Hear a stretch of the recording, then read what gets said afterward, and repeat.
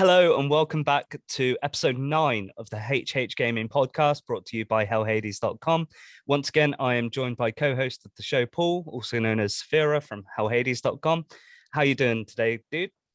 Good. It's been a busy old week. Lots It and lots of things going on. It has been a hectic week. Hectic. Before we get into the video, guys, if you do enjoy the content that we're putting out on the channel, please do press the subscribe button, give us a thumbs up and all that good stuff, because it lets YouTube spread the word of the channel and let more people see it. So again, as we just said, this week has been nuts in terms of content releases, other things going on. So I mean, let's just go into the start of it, I guess.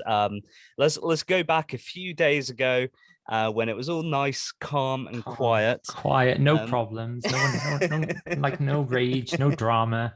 Yeah. Slightly disappointing fusion, but we're like, it's not whatever. It's not the end of the world. And now it's just like find a bazooka and blow the world up. Yeah, so obviously Crazy. we've had multiple things drop within Raid Shadow Legends this week. We've got the fusion, we've got the clan updates, and things like that, along with people getting their hands on the champions, giving their first impressions. So I mean, I guess to start off with, Paul, should we go over the fusion, people's thoughts on it? I know it hasn't had a particularly good reception. What's your opinion of the fusion?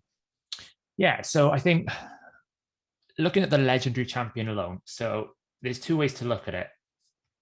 If you take out the fact it's a fusion, it's a legendary, whatever, and simply look on it in the merits of it's a 24% speed aura, it's an AoE A1 with an incredibly high base speed, basically the highest base speed joint with Blind Seer, Yep. and HP based champion. So from an early point of view, from an early to mid game account who's progressing through the game, the hardest thing that normally happens is I'm not fast enough, or I'm not tanky enough, or it's just too much damage. Well, Sure. put her in a stun set, stick her in the lead, and she's probably going to do work for you. So does that make her a fusion worth going for? Yeah, you could argue it. It depends on your account. From sort of a mid game towards an end game, where you start getting to that position where you either have specialists in roles or you start building specific teams for specific speed farming, your clan boss team is more established. You start going, okay, well, yes, it's a 24% speed aura, but I've got Arbiter for Arena. So I'm not really going to use her in Arena. Okay, that's only for Arena. So what about dungeons? Well, it becomes less and more about speed and more about how quickly can I kill things. So the stun stat still applies, but that's no different from having like a Sinesha in a stun set or a Bellower in a stun. Like, Yeah, being absolutely. an A1 is pointless, right? So I think in that mid gap, she starts kind of going, well, Revive on Death is the worst form of Revive. There's plenty of other champions that can do increased defense.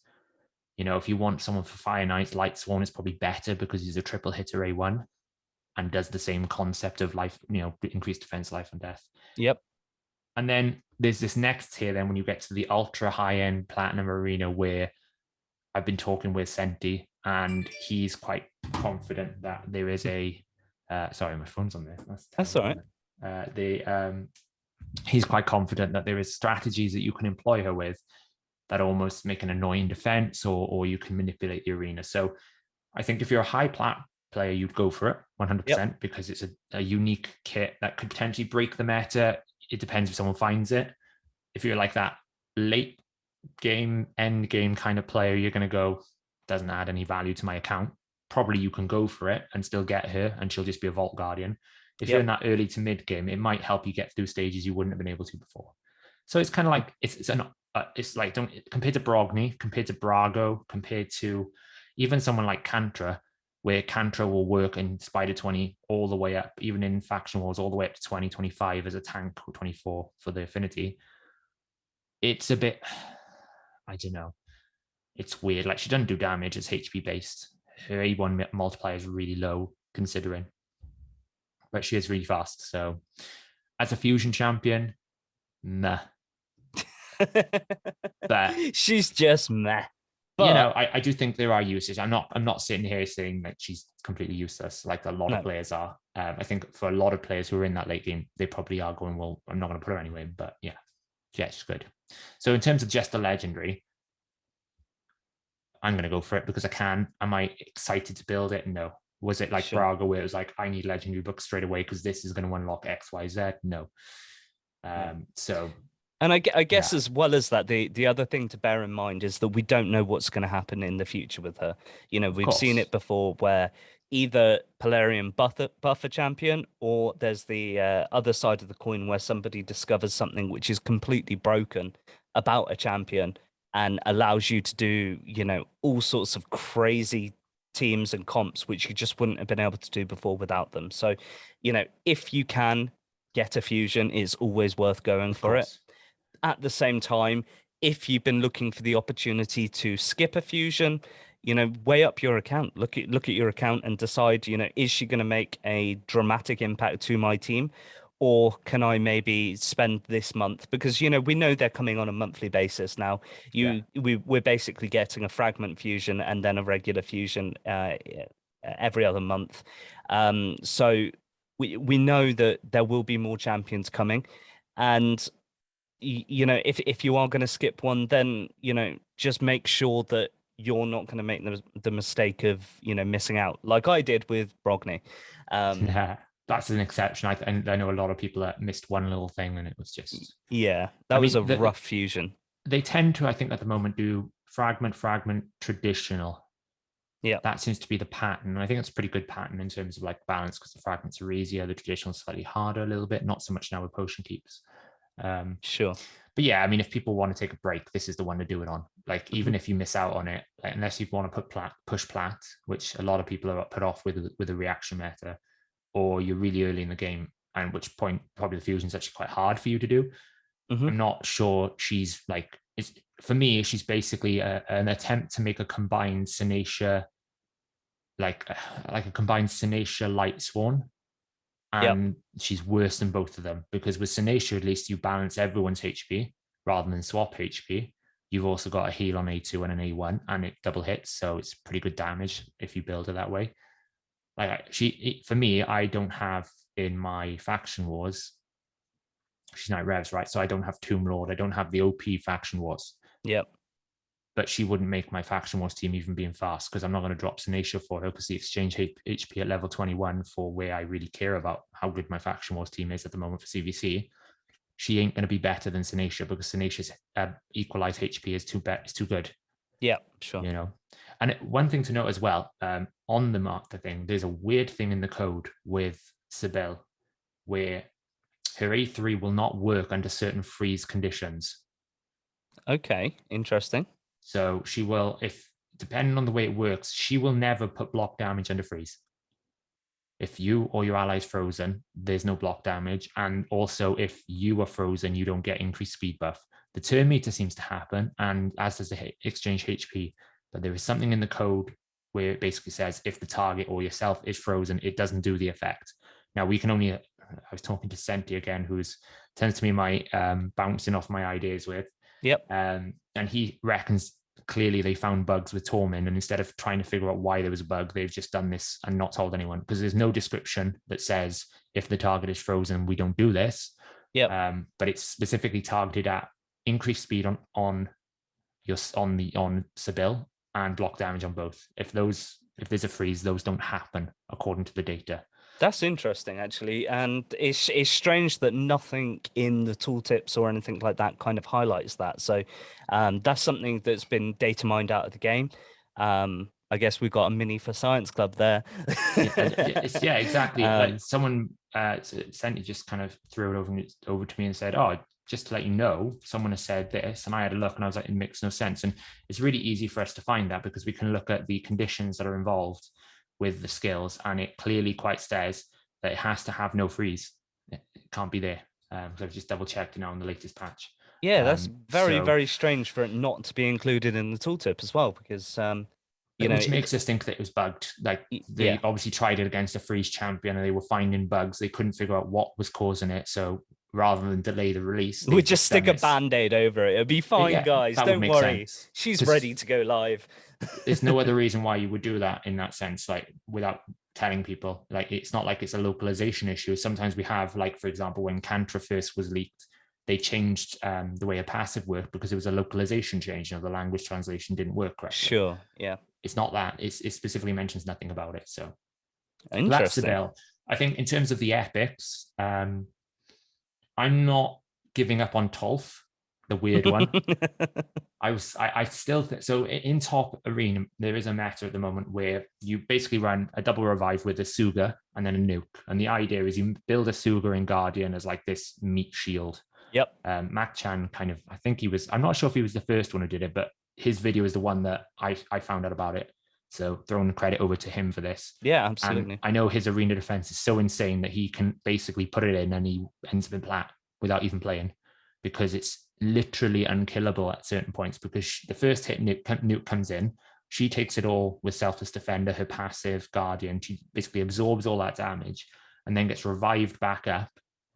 And then you're now fighting with ally protection, Guardian healing. His HP on his Asuga is like 110,000. Now, Tolf is different. Tolf will affect the shield, so you reduce an effective HP, and he will take that Asuga straight out with HP. He's going to halve it regardless. Yeah. He's a bit bugged, I think, in places where the code seems to suggest that he's targeting the enemy's HP, not shield, when he's reducing the shields, which is a bit weird. I need to test him. Okay. But effectively, the strategy with Asuga is I've got this £110,000, like £110,000, what am I talking about? 110,000 That's HP an expensive pool. Champion. Yeah, well, it might cost you that much. It's in the Yeah. footage. You've got this 110,000 pot of HP that effectively is there to drain damage. Well, if that pot is halved, yeah, then Guardian might not proc. Then you're producing more damage than you were able to on the nuker, which means you might be able to get through it might kill that comp potentially. Yeah. Because the idea is generally that comp isn't very fast. It's designed to be you've hit me, you haven't killed me, now you can never kill me. So this shield wall or meat wall comp, who does it consist of? Normally, it's, I think Mac Chan's is Asuga, Sify, Duchess, Candrathon. That is brutal. You're never killing it because you've got to kill 2 revivers. You've got to go through that much HP, because normally the Duchess is pretty tanky. It's probably about 70k HP. Yeah. You've got Sify reviving with increased defense buffs as well. And then Candy eventually is going to beat you down. Even if he doesn't have decreased defense, he's going to wear you down. Yeah. So normally it requires you to survive the first hit. So you've almost got to hit that threshold of tankiness, which is quite easy to do with Asuga because she's got some insane base stats. Yeah. And my Asuga's got pretty average Guardian gear and it's already at 96,000 with a resist banner. Wow. So if you can basically take the pool of basically the absorption damage pool of HP down by half, I'm not saying this is a guaranteed strategy. I haven't play tested it yet, but that's my thought process with him. Can he come in and kill that comp? Can he come in and find your Duchess and just go, nice Duchess, you've lost 50% HP? Because it's 100% ignores defense. It doesn't actually do damage, so it won't proc Resurgent or anything. I don't believe, from my understanding of the code, it's not a damage dealing ability. It activates some sort of skill, and effectively it will halve the HP if you're over 50%. So if I've got 75% HP, it brings it to 50%. Doesn't matter. So the biggest problem people have with Duchess is they nearly kill her. Yeah. She revives everyone, and then it's over. It's one of the biggest things that I've got, because I basically just run a blender comp in Gold 4 and just farm all day. But I always worry when I'm going up against Duchesses and anything like that's got a lot of defense and very tanky champions, that it's just going to survive with that little smidge of HP. And with a blender comp, if you don't one shot them, I mean, you're in trouble. That being said, you can be okay with the second hits, but it's just it's so much easier to just farm through it. And so being my able comp to counter at the moment that sort of thing is to counter that is Asuga. I've got an Ursala the Mourner in 611 resist with reaction, and I've got Godseeker Aniri and Martyr in a high resist set. So the idea is both Ursala and Martyr can't be debuffed, so they tend to survive. Aniri's got that built-in revive, so if anyone does get nuked on the first rotation, aka Asuga, she just gets instantly revived back up. If you happen to kill the Ursala, I've also got a revive on a high defense Aniri, which resets the cooldown of the Ursala revive. So I actually did a fight once where it was like, okay, well, everyone's dead, Ursala's not, revive everyone. Asala was on no HP, she died. Okay, well, I'll just bring up Aniri, she revived and reset the cooldown of it. Asala's revive. It's ridiculous. Like you get to the point where it's just not worth your effort and time. Yeah. So yeah, I with Tolf the main, I'm not saying he's good. I know Hell Hades has tested him and was like, eh.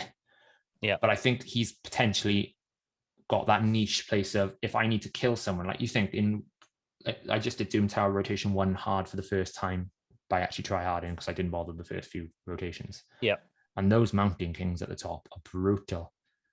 275,000 HP. Imagine being able to halve that in one ability that requires no crit rate, crit damage. You just build in with HP and defense. Doesn't need anything because everything doesn't crit. So yeah, he's good. So that is very cool. Yeah. Epic 1 could be cool. Magnar is kind of like the epic version of Assault for damage. His A2 double hits, if you get him to double hit without HP burn, he'll do a lot of damage. Like the video today from Hell Hades shows, he'll hit. Yeah. He's HP based, so he can't be debuffed in that sense. You'll get consistent damage. But if you have Vasulf, I think he's better. Vasulf, because at least with Vasulf, you get an increased defense, allied protection, leech, as well as that damage, where Magnar is basically, I nuke or I don't. Sure, and he doesn't have like that utility of bringing other things to the table. He does have it in Spider Tanking. Okay. So I think when we all looked at his passive, we were like 1%. That's not done a lot. But when you think about it in Spider, if you've got an AoE HP burn, you've got 10 Spiderlings and the boss on, it's 11 HP burns out. He'll heal for every single HP burn. Yep. And he's HP based, so he's getting a lot for that 1%. So he's effectively got a built-in regen set. Yep. We were watching Hell Hades stream. I think he had him at about 71,000, 72,000 HP. And he had Spiderlings burn. And he was basically getting around about 7,000 HP every time a Spiderling took a turn. So it's not every time he takes a turn, which is what the regen power is. He's getting 7k every time a Spiderling takes a turn. It's quite a lot of healing. That's huge. So if someone's looking for a spider tank, he's up there with Drex. Yeah. So would you say with this fusion, I know we said like if people are looking to skip a fusion, then this may be the one for them. But at the same time, if they can go for it, then they definitely should. Disclaimer: we're not telling you not to skip the fusion. Exactly. Don't blame us. Yeah, absolutely. But at the same time, would you say that it's definitely worth picking up some of these epics along the way? I think.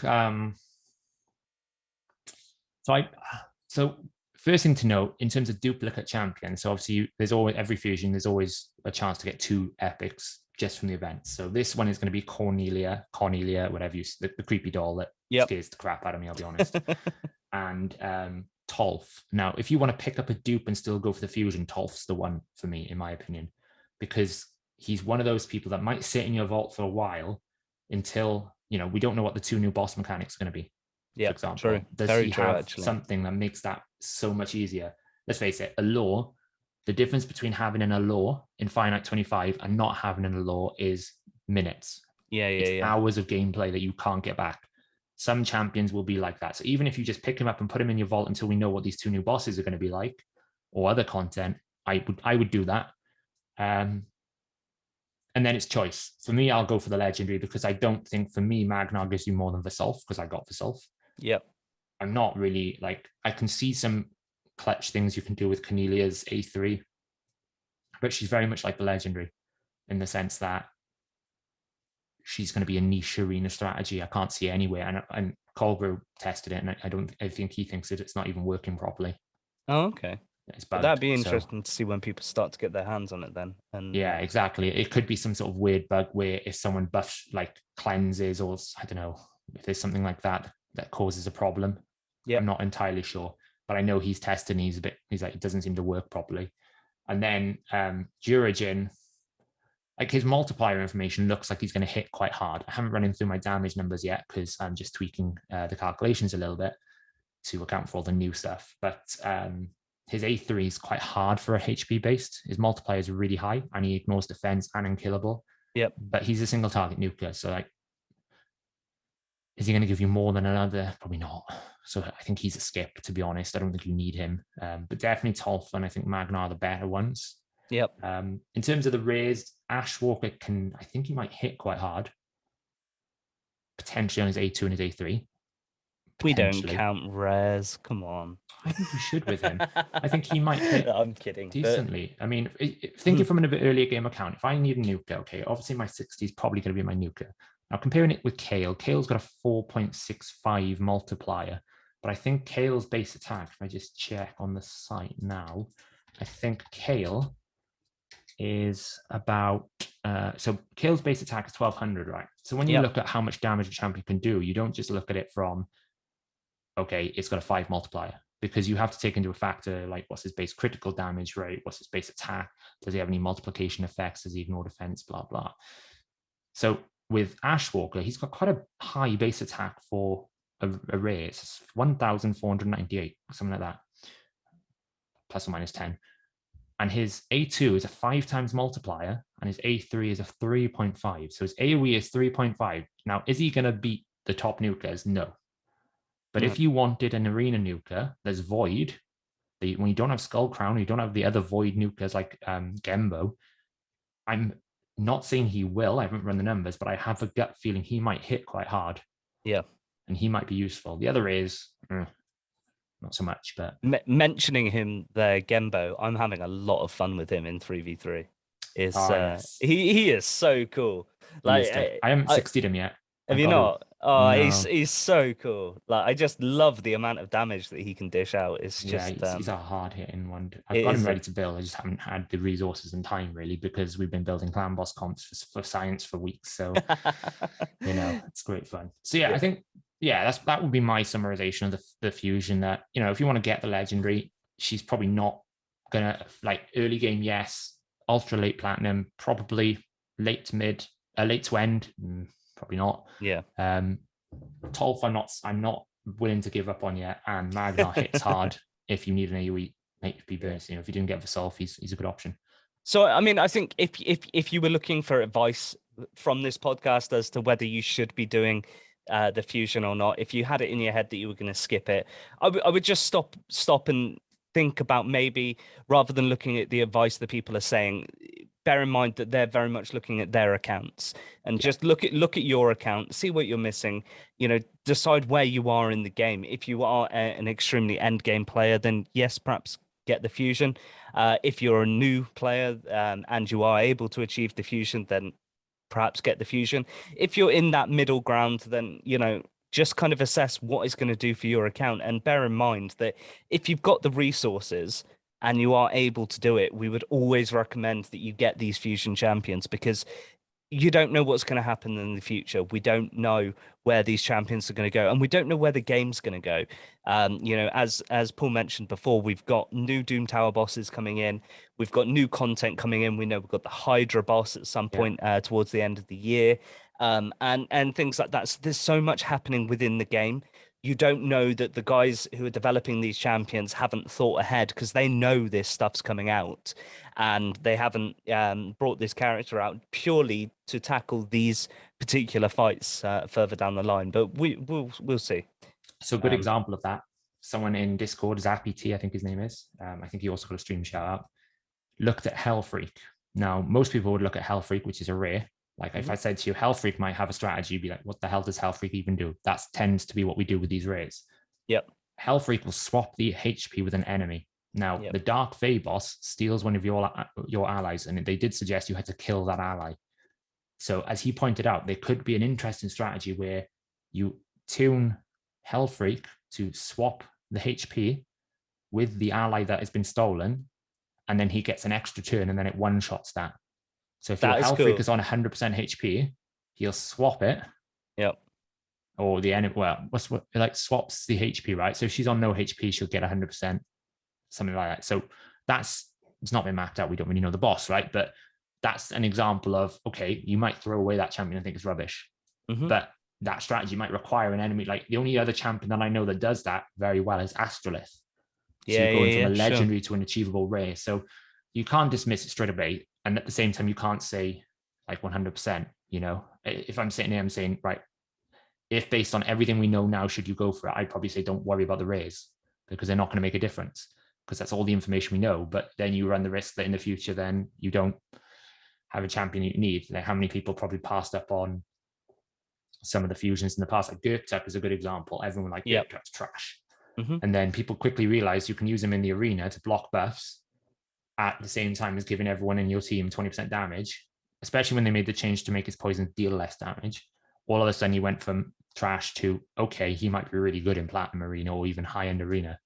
So there's always that kind of I was actually lag. having some fun with Gurptuk last night because I recently got Helia, and I was playing around with swapping all of the poisons onto the dragon in Dragon 2025. But like the best strategy I did once where I like the dragon weakened me, and I was like, my best can do weaken now because I just send it back with the yeah, exactly. But yeah, it was quite good fun. I haven't quite worked out the comp for it, but you should look at Skimfoss as well, because he does something similar like that, where he'll drain all the debuffs from all your allies to himself and then throw it back to the boss. Yeah, it is very cool, and it's things like that that allow us to, I guess keep the game interesting. Not that's why we play the game. Innovation. Exactly. So moving on from the fusion, I think this is the part of the podcast where I'm going to sit back like this. And, it's coming. It's coming. Yeah, right? and just let you kind of go full guns blazing into this because, I mean, the thing is, I guess for me, clan enhancements, and we'll say enhancements in inverted commas here, because the amount of drama that has come from introducing these new mechanics into the clans within Raid Shadow Legends is massive, and I think I'm yet to see somebody have a positive opinion about how they've gone about implementing it. And it's not that anybody didn't want a clan leveling system. It's not that anybody didn't want more stuff to do with your clans. In fact, it is what we wanted. But how it's been implemented and the way that it works in its current state. Now, bear in mind, disclaimer, guys, things can change at any time.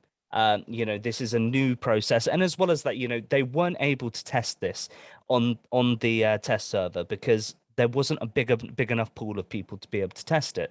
There's, a very limited amount of people who are using the test servers. It's mainly the higher end content creators.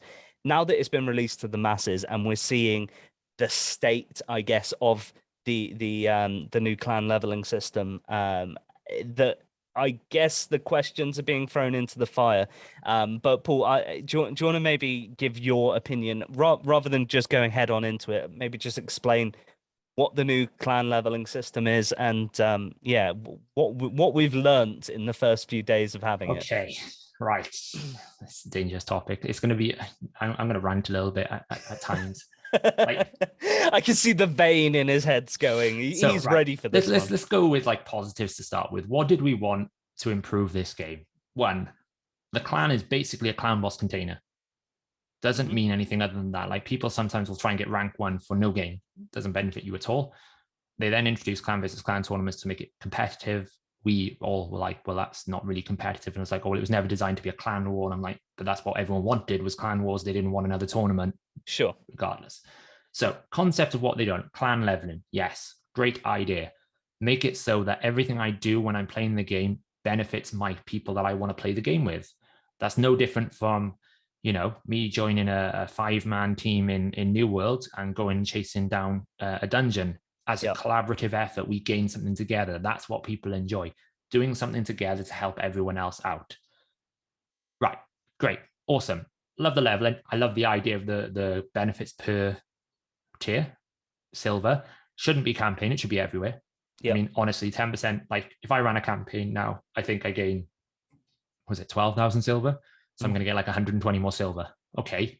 Nice. Should be everywhere. Yep. Like the silver costs are insane. I can never keep above 10 million silver at the moment because if I want to regear one champion, it's 1 million silver. Yep. It's ridiculous. So yes, it's good. That's great. Multi-battles. Okay. Yeah, it's nice. Not going to complain. It's a positive. So these sorts of things are a positive. Clan quests. Okay. I'm not against them. I'm kind of on the fence. Like, do we need another shop? We've already got a useless marketplace that we only use it for ancient shards once you get towards the end, mid to end game. Yep. We've got a 3v3 bazaar where there's like 4 things you want. Yep. Maybe 5. You get the artifact, you get your legendary books, you get your Might get the chicken, and you'll get your void shard, and you'll get the energy. But other than that, in the ancient shards, like, you're not going to get anything else. You're not really caring about The the sunset avatar. charms. Well, that's the only which we thing that forgot I about, spent right? on. You know, so it's kind of like, so we've got another shop now with another currency when everyone's already saying, like, you know, I'm missing fragments here, I'm missing this here, I've got this currency that I haven't managed to complete, I've got this, you know, whatever. Yeah. Okay. Clan shop, great. The clan shop is an improvement on 3v3. The problem with 3v3, they gated everything behind your tier, and then they made it so that only a certain number of players could be in the tier. So pretty much the majority of the player base is never getting legendary tomes, because to get into that top 3v3 gold is quite hard for a lot of players. You know, you're talking, what, they have like millions of players, and only like 5,000 or 6,000 people can be in gold. The rich get richer. I'm not, don't take these numbers as, oh my God, you've got it wrong. I'm just, off the top of my head, I know there's not that many that can get into gold, right? So that was always a bad implementation. If I've got gold bars, just let me buy the top stuff. If it takes me longer to get them, that's fine. If I earn less in tiers, that's perfectly right. That's okay, as it is designed, but don't gate it behind gold.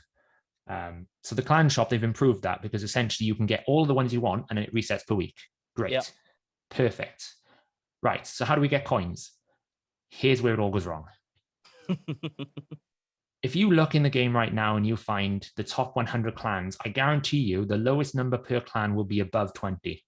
Yeah. So why, when we open this game and we go, okay, we've released this, can I only have 20 quests? Yep. And why have we made it that it's not 20 quests basic? Why have we made it so 10 people, so 1/3 of the clan can earn 150%, is it? Is that the right math? 50, 150, 300% more rewards than 20 other people. How is that fair? How do I balance that? If I'm a clan leader, how do I pick who gets the most coins? Yeah. Someone is going to be pissed off to start with. So forgetting all the mechanics about managing this and forgetting about how, just purely based on how do I make sure that everyone in my clan gets a fair shot at everything? You know, it's different with CVC. As long as you get the milestone, everyone gets the benefits. Yeah. Now, obviously, you can say to people, look, you know, someone's done 400,000, you've done 20. That's a different conversation, right? Sorry about that. Yeah. Part-timers, eh? Yeah. But you know what I mean? It's like, you're not saying to someone, sorry, this week you have to take a basic mission. Yeah. I'm like, well, I want the best rewards. Like my account can do 150. Why can't I take that? Well, sorry, you can't. That's a major problem. And like, they've got it wrong in saying at level 1 you get 30 quests. Well, yeah, you do, but you can't take expert. So technically you get 20. So that's inaccurate. Yeah. So that's just a bad design. Then you look at some of the quests and you go, yeah, okay, I'm not even sure you can achieve some of the quests. Like, is it even possible to do Spider 25 or Spider 20 plus with Shadowkin Rays? I don't even think they've got a HP burn champion. That's interesting, actually. I didn't really think about that. It's a new faction. Like, if I look at the faction right now in the game, I'm just doing a run at the moment.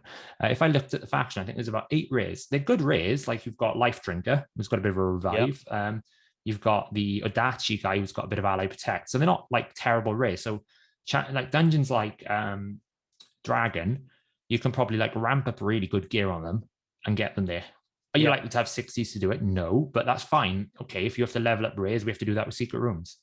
But I don't like, there's 2 strategies to getting Spider 20 done. Not 21 or 25, because there's really only one strategy for that. It's HP burn.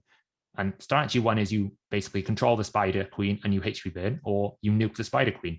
Yep. Well, there's no turn meter control of extreme nature in the Ray pool of Shadowkin. I don't even think there's a HP burn champion. So how are you doing this?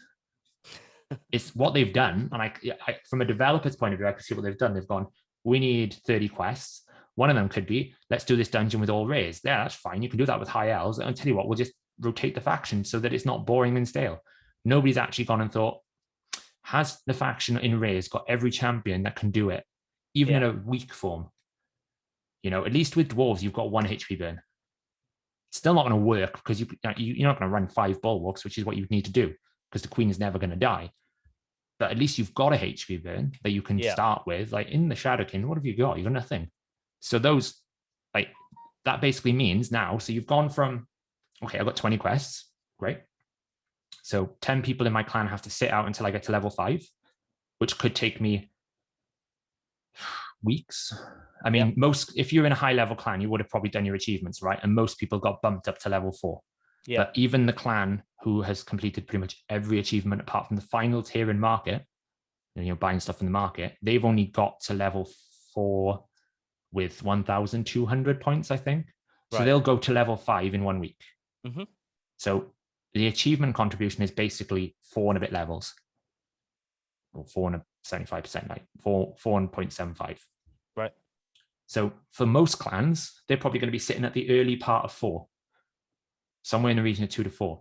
They get 500 clan quests per week, which means, forgetting CVC for a second, because we don't know when they're going to introduce those. We would expect it to be the next CVC next week, but you don't know. They're going to have to wait about like 3 weeks before everyone can get at least one quest. Right. So 10 people in this clan now can't get a quest. So either you have to do a system where this week 1 to 20 does it, next week 20 to 30 does it, and the week after it's 1 to 30. So everyone gets 1 to 10 and then 20 to 30. So everyone gets at least one quest or 2 quests in that 3-week rotation. But then you get quests where you can't even do it. So it's like, well, now one person's to sit out again. How do you manage this as a clan? It's like, it's impossible. On top of the fact that there's not really any system within the game to actually organize these things. No. Unless everybody's online at the same time, all in clan chat. Like, I mean, how do you go about organizing that? I mean, there's so many clans out there that won't have their own Discord. They won't be using Discord to communicate with people. At the end of the day, it's a mobile phone game. You can't expect people to be organizing themselves outside of the game itself. So, how are we even going about assigning these things? And at the same time, one of my biggest gripes with it is that even if you are going outside the clan and organizing it, there's nothing to stop somebody just going in game and clicking on the wrong one and taking the wrong thing. You've got to think of the damage of that, right? So right now we know that 10 people can't even participate. If one person comes in and goes, oh, this is a new system, I haven't seen this before, I'll just accept, because I can accept 3. You've just taken 2 quests from people. Yeah. So the damage of one person going, this looks cool, which is not their fault. No. You might have a clan of 20 people in Discord and 10 people just play the game in the background who don't interact too much because they're too busy. They're friends. You want them in the clan to help them out so they can do clan boss and stuff. They probably just accepted it. And now it's a mess because, or you do what I did, which was, I'll tell you what, guys, I've got 29 voids this weekend. I'm bound to get 1 epic void from that. So I'll take that one. And then accidentally clicked the one that said get 5 epics because I wasn't paying attention. Somebody's spending money this weekend. Then. So it's going to be an expensive weekend for me. But you know what I mean? Like, I can't then go, I didn't mean to take that, give it back and then take another one. Yeah. Like, limit me to 3, but let me give it up so someone else can take it.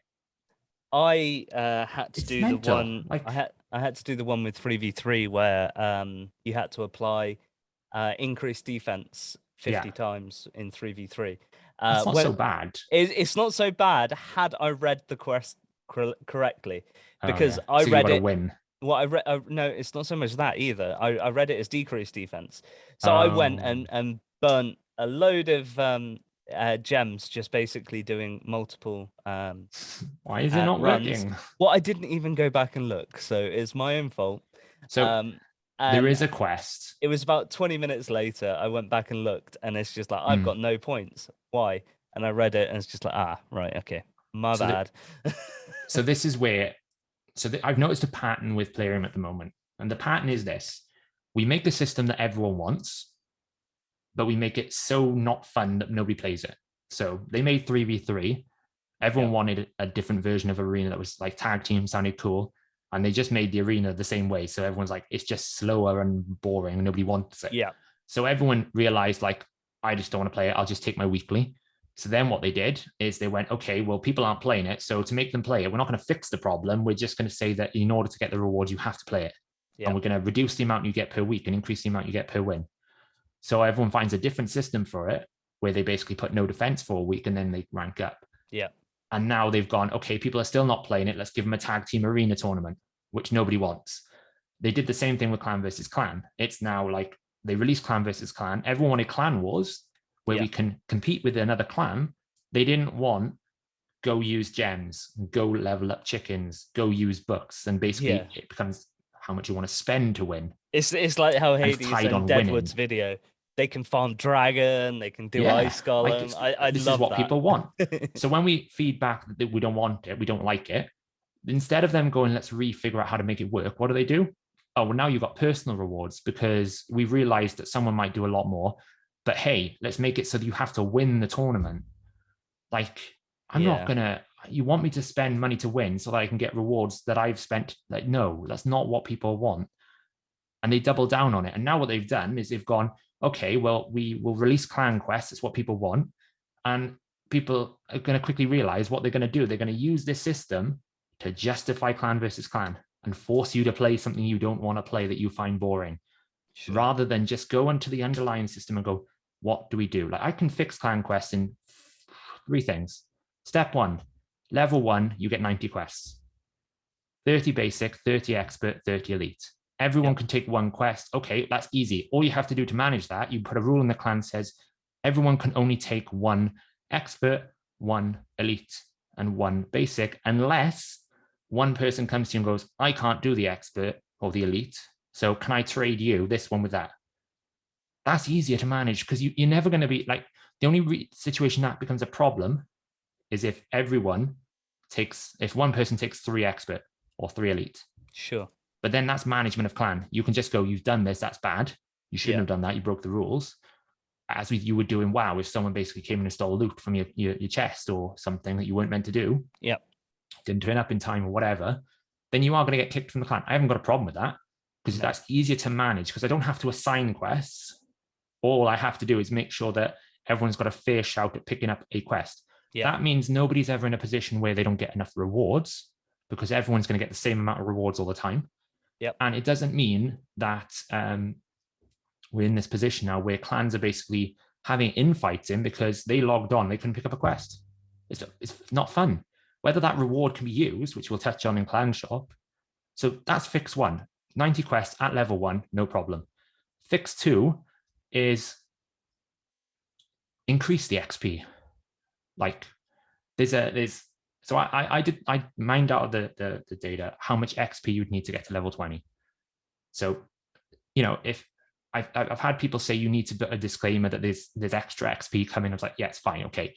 Plarium have said at some point we'll get more XP. Yeah. We don't know. Also, they have said that clan wars are coming at some point as well. So yeah. So we've seen the video today where they've basically shown video screenshots essentially of clan versus clan giving you points, which I expected. I was like, this is what they're going to do even before we saw that video, that they're going to basically tie clan versus clan to getting more clan XP to help your clan grow up, right?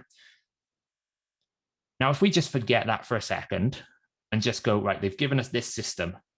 If this system didn't have more XP, we would be talking about years to get to level 20. Yeah. Like, people are not playing this system to get 5 lesser potions or 500 energy or 10, whatever it is. I think it's 1,000 energy. Yeah. People want to spend their coins on legendary tomes, on Yannica fragments, on those things, right? You need to get to level 17 to unlock the clan shop for legendary tome, let alone getting the coins. You need to be even level 17. Even if we count the clan versus clan. So the way that I understand that I think this is going to work, the milestone requirements at tier 6, you're going to get a combination of 10 plus 15 plus 15 XP per person who claims the reward. Right. So a tier 6 top clan who finishes every milestone in clan versus clan, which is a stretch without spending, they're going to get, 40 per clan versus clan. Clan versus clan is every 2 weeks. So every month you're going to get an additional 80 per person. So that works out something like 2,400 extra clan XP per month. Yep. If everyone participates and every time you do clan versus clan, you get the final milestone every time, right? Now, some clans would say it's easy at tier 6, but I think for 50% of the clans who aren't at tier 6 or tier 5, they're going to get even less. So tier 4, for example, I think you get 30 per tournament. Yep. So you're going to get 60 overall in a month, which means is even less, right? So even if we go, okay, everyone completes every quest every week. Okay. Assuming we start at level 5, because let's just assume you've got max achievements, therefore you've done you've done that. that means you've got 33 quests available in that week, and it'll scale up, right? So if every clan does every quest every week, and they get tier 6 every milestone, and every person in that clan gets that 30, keeping in mind we've just said some of these quests are impossible to some extent. Yeah, absolutely. This is min max into the extreme. We're talking to unlock the legendary book, it's like 4 years. Like, it's not about whether or not they're going to add more XP, because I'm sure that you'll probably get more personal. They're probably going to basically say when you do personal rewards, you're going to get more XP, but you've got to win the tournament. Yeah. So it's like, as the game is built, it's all about like, well, if I win this and I get that and I get this, then yeah, I'll speed it up. But yeah. And then, like, so I'm sitting there thinking, so if I want to get a legendary tome, I have to wait 4 years to even unlock the capability of buying it, let alone getting coins and everything else. Sure, yeah. And like, I mean, you know, it's unrealistic that it will actually take it. But you know what you're saying is based on how they've released it right now. The numbers that we could be looking at is 4 years, which is insane. I know obviously we're focusing on longevity in the game now, but you know, come on guys, think about it. But you know, I'll put it like this: a mid-tier clan, yeah, if they have to wait longer than a year to unlock the legendary tome, it's a bad system. Yeah, and it's pointless because you know, at the end of the day, we need legendary tomes now. Because it's not like it's multiple legendary tomes you're gonna get. You're gonna get one a week. Yeah. And when we talk about Yannica fragments, this is where I said I'd go off on a bit of a rant here. You can get 5 a week, which is fine. Now that means you're gonna need to spend 20 weeks of picking up 5 every week. By the time you've unlocked that fragment, which for most clans they might unlock in next week. I think it's level 5. I can't remember off the top of my head. So 20 weeks is the time just to claim them. In order to collect those coins, unless you're being given the resources, now I'm sure lots of some of the clans will min-max this and they'll figure out ways of clan hopping. Like there's one way that I think is really bad at the moment where effectively, if I go and start in my main clan, I pick up one elite quest, I take 300 coins, I'll go join one of the lesser clans where they can't do the elite quest, but they're level 5, I'll take that 300 coins and then I'll jump over to another clan, pick up that 300 coins and then go back to my main clan to spend it. Like, that's just exploiting the system. That's just clan boss chest hopping again. Like, but it works. It will work right now. That needs to be stopped. They should put a rule in place that if you move clans, you can't claim a quest until the next rotation. Yeah. So you are forced to wait the week. That way, you know, if they want this clan to be like, we want clan cooperation. I know from internal messages that they have said the goal of this system is to make clans work harder to work together. Yeah. Then stop making it so that I can just go to a different clan, pick up the elite quest because it's level 5, complete it, leave it, and go back to my main clan. Yeah. That's just rigging the system. But anyway, even if you make a system where it's like everyone can only take one quest from a basic, expert, and elite, then you'll get, I think it's, 50, 150, and 300. So you'll get 500 points a week. That's 20 weeks of point accumulation. But like we said before, it's going to take you 4.8 years, I think it is, just to get to level 17. So until you're at 20, you can't take all those points. So actually, it's not 20 weeks because you're not going to earn enough coins week on week to even get the ability to claim those fragments. Yeah. So to get a Yannica, which is a 2-year-old champion, it's going to take people 6 months. I probably will get Gomlock or even like the first legendary of the next set of Doom Tower champions before I'm even getting close to. It's a crazy system to me. Like, I don't understand. Like, you don't even need to test it to know. Like, if someone gave me a bit of paper with this proposed system, I would say this is rubbish. Like, you're going to have infighting, you're going to have negative feedback. People can't earn anything. Like, most people already are pretty upset about the fact that people who spend a lot get a lot, which I'm on the fence of like, well, that's the way the economics of the game work, right? Yeah. But you've now just introduced a system where you physically cannot earn anything if you're not quick enough. Mm-hmm. Yeah, because I mean, I've seen over the past 48 hours or so, literally every single content creator is voicing their opinions and concerns about this system. So, you know, we have seen it before. We have seen it where, you know, Polarium do speak up and they fix something. And let's hope that they do with this. maybe they'll find ways to give like a weekly reward system, or I don't know, just to somehow, maybe they've got something hidden up their sleeve that they know is going to improve this system overall. But how they've released it, the negative publicity that it's getting at the moment is Is massive. awful. I mean, so from my point of view, 3 fixes to make it. The problem with the XP system is your rewards are tied to it. Yeah. Not the rewards that matter. The rewards that matter are tied to it. So like things like extra silver, extra multi battles, I don't mind that they're on a tiered list. Even if that takes me 2 years to get. Yeah. I don't actually have a problem with that, because that doesn't actually impact the game in a significant way.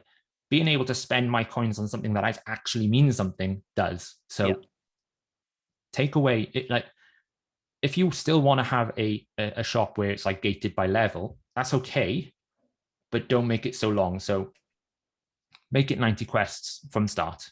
Yeah. Elite, expert. So at least everyone can do their 3 weekly without like having to fight. And if some people can't do the elite and they want to do two experts, then that's where the clan coordination comes in. That means that the actual XP accumulation will increase to a reasonable level then, because I think I did, when I did the math, like at level 20 or at level 19, you can basically get, with the new clan versus clan rewards at tier 6, 2,000 XP per week. Right. Because you're getting around about 600. If you're in clan versus clan, you're going to get about 600. No, it's not 600. It's like, what is it? If it's 40 times 30, you're going to get about like 1,800 per clan versus clan. So when you work it out on a 4 weekly basis, it's about 600 XP that you're going to get. On top of the fact that you'll be able to do 4 rotations. You'll be able to do like 2 or 3 30 quest rotations. Well, you'd be able to do 3 actually. At 20, you'd be able to do 3, right? So if you had 90 quests available, your clan could do 1,500 a week. So that basically means like you're going to take that 20 years that we've worked out without the CVC and bring it down to like a couple of years. I haven't got a problem with them making an ending system. Just a couple of years. It's fine, guys. Don't worry. If you think about it, right? Let's remove if we made it so that it took you 6 months to unlock a legendary tome in a clan, that's not a problem. And then if you made it so that instead it finished on level 20, it went to like level 40. But after level 20, the diminishing returns was so great that it takes a long time. And what you get per level is more silver, more multi-battles, maybe reduced gear swapping cost instead of the extra quests. Just make it so that for every level, you get 1% less cost for swapping gear. Yep. That's brilliant then, because it basically means everyone can participate. Everyone gets the rewards, no infighting in the clan, and you can progress, and it doesn't feel like it's like at this point, people I would imagine going, doesn't matter, I don't pick up a quest. I can't spend on anything for a long time anyway. Even if the sources. I actually think for longevity of the game, they'd be better off uncapping the level on guilds or clans, and just have the rewards stop at the top at the level 20 or whatever, and actually have it uncapped so that over time, people can take pride in the fact that their clan is like a ridiculously high level and they've been grinding it out, because otherwise they're going to hit this ceiling and it's just going to stop. But what they could do is effectively like what they did with the energy with when you level up. Once you hit that level, that the reward then stops and you carry on. And you can sort of take pride in the fact that you're a higher level. And I think that would be cool. It's been clearly designed in a way that they were like thinking, oh, we don't want people just to get to level 20 within a month. But they've not really done, like, I don't think someone's done the math. Like, have the rewards capped, but let people keep leveling further. Because actually... And bring the time down, like bring the levels down. Like, you could have a clan system where it goes to level 50. And instead of getting 1% every rank, maybe it goes 1% for the first 5, then 2% for the next 5, then 3% for the next 5. Like, you don't have to be so aggressive per tier. So you always get something for a level up, but it's not materially impactful that it breaks the game. It's not like you're getting 10% more attack. Why don't you have it if you're in a clan that's level 40, you get 20% less gear swapping cost? Why didn't you get it like every clan member gets 5 gems a week because they're in that clan? Some of them are controversial. You could have things like 10% more attack, and a lot of people will say, well, hang on, that's not fair because it's difficult to balance in the arena, everyone which just is hoarding fine. into that clan. But you don't just need to like have the system where you've built it to limit and make it harder for people to play the game and make it less fun. Like we are talking in the clan about having like documents and routines and like systems. Like it's not meant to be like a job. People want to have fun. And if you're going to make it like a job, give the system in the game for approval. So if someone picks up a quest, they get a bit of approval. Or make it a simple fix. There is, I've picked up a quest by accident. I don't think I can do it now. I'm going to give it back so someone else in the clan can do it. Yeah. I think that is a major thing that needs to be looked at. But and the final disclaimer I'm going to add, and we're going to move on. I know some people have made, and I've seen comments internally as well, that the 20 years is a meme, and that it's not a meme, guys. Like, what I'm providing is information based on what we know. Yes, I'm never saying that it's going to be this in 6 months, and we don't know what the game's going to be like in 6 months. We don't know what the Doom Tower is going to be. We don't know about the Hydra.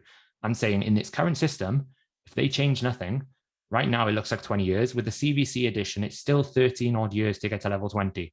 Like, if that is how I think it's going to work, where everyone gets that contribution themselves, and you have 30 members gaining that, the best clans are going to take them 13 years with no other additions to get to level 20. Yeah. Now, it doesn't matter even if they double the rewards like that. It needs to be substantially more to make it a system that is going to survive, because the game ain't going to last for 13 years. I don't know what planet they're on they think that's going to happen. Well, I think the thing is, they know that other things are going to be implemented to fix that. But you're right, based on the maths as of today, right now, if nothing ever changed, if it just stayed like this, then that is the time frame that you're looking at, which is nuts. And they should be judged on that. Like, what I'm saying is, I'm not saying for a fact that it's going to be 20 years, because any sensible person will go, they can't leave it like that. That's a bad idea. No. I mean, I can level to WoW in a week. Like, come on, it's silly. However, if we just sit back and kind of go, oh, well, it's fine, it's what they'll leave it like that because they've left 3v3 in the state that it's in. Yeah, I mean, that being said, though, we had these exact same conversations about the Bazaar, about 3v3 Arena and things like that, and it's pretty much in the same state. So, precisely. So we'll see. I hope that I hope that this is a gateway for the new clan stuff that they're looking to bring in. This is just preparing the game. This is preparing the player base. They've already said that they want to look at Clan Wars. I know they've said that it's not going to be this year. But I hope that this is the stepping stone to start preparing people for that stage where the clan is just as important as your character. And so we'll see how it goes with that. But yeah, I just think there's more to be seen with this system, and it's not all negative. It's moving in the right direction. It's just when they release these updates without ready. That's what it comes down to. It's not a finished product, and we've committed to monthly patch cycles, and now we think it's nearly ready, and nobody's actually gone and had the conversation. Should we just push it a month and make it so that it's more formed up? Like, I think the problem is the amount of backlash that they would deal with by doing that is another thing to bear in mind as well. I suppose nobody was expecting it, though, were they? Like, we saw it in the what's coming up, right? And we weren't expecting it straight away. If anything, more people were expecting the Doom Tower rotation to be before this. So they could have easily pushed it back. But it's possible that Doom Tower rotation wasn't ready, so they had to push something in. No, of course. So, I'm not saying it should have been. What I'm saying is, if you were looking at that video, when they tend to do these what's next, it's not normally like we release the video and then 2 weeks later we release one of the main features we were talking about in there. That's very rare. Like in the last one, they didn't do that. It took a couple of I think it was about 2 months before we actually got the Doom Tower in. So I don't know. As you said, like, I'm on a bit of a rant on it a little bit, just because it feels like nobody has done the math. And then when I've done the math, people are a bit like, it's not going to take that long. It's a joke. I'm like, but that's what the math is telling you. Like, you can't lie about math. It's facts, So if they're going to do it, they should have released upfront, we're going to add this much, that you're going to have these different sources, because we've heard in the past when they've said things like, we've got a dupe system coming. When it's coming at some point, TM. So but honestly. So there's I'm sure everyone listening and watching along on YouTube will be more than aware of, I think, every single content creator's opinion on this subject. And it just shows how passionate people are about this game. And we like the game. We are passionate about the community, and we'd like to be able to support each other, and we wanted something that was positive for clans, but at the moment it's just not quite what anyone was expecting, and fingers crossed that we will get into a state where it's an enjoyable process. And I just wish we got something added to the game which didn't start with a negative, because this could grow into something which is great, but right now it just feels all like broken. Everything just feels a bit like, yeah, why did they bother doing that? It's just adding more work, but it's not fun, which is the main point of having a game. It's meant to be fun, guys. We're not meant to be feeling like the world is gloom and doom a little bit. So exactly, there we are. But yeah, let's move on. Well, actually, we were going to go into other topics on and things like that on this podcast, but actually looking at the time, I think it's probably gone on quite a bit. So I ranted too much. No, it's good. It's good. We let you get it off your chest. Today was a therapy session. We like it. But let us know if you think the same, guys. How many of you are on like rant stage with me on the same page? So yeah, and as well as that, I mean, one thing that we were going to talk about, which we're not going to go into today, I think maybe we'll save it for next week when the other guys are around as well, is obviously the announcement yesterday that New World has been delayed, unfortunately, for another month. What are we gonna do? Yeah, I know. I mean, we were so looking forward to the release of New World. We've all been playing the beta. My computer blew up during the process, and I've now got a new 3090, which is ready to be blown up again. But yeah, unfortunately, they pushed it back a month. That does mean that we do have another 2 months, technically, or nearly 2 months, to keep talking about the subject. Right? Just under 2 months. Yeah. So we've got some more time to talk about that. So maybe next week's podcast we'll get Lockers on, we'll get Hell Hades on, and we'll talk about New World, our experiences in the beta, and should you buy it? Yeah, should you buy it? Should you try it? And yeah, I just think it's got such a good foundation for a good game. It's not perfect, guys. Anyone who tells you it's perfect, they're lying. But at the same time, is it an enjoyable game? I enjoyed it. Didn't they release a game once called Perfect World? I'm sure they did, right? I don't know. Perfect Dark. It's an old it's not called Perfect World, see, guys. It's called New World. That's the difference. Yeah. And no New World is perfect on launch. No, unfortunately. The question is, are we going to see it? Because what worried me when I saw that post and that post got linked is the last time that I saw that exact template and that exact post was last year when I was sat waiting for the game to finally launch. And that post came out saying that it was going to be delayed by an entire year. So I'm glad that it's only just a month. But yeah, so we'll wrap it up there for today, guys. Obviously, if you do enjoy the content on the channel, again, please do subscribe. Make sure you press the thumbs up, and check back in again next Friday for our next installment of the podcast. But until then, we will see you in the next video.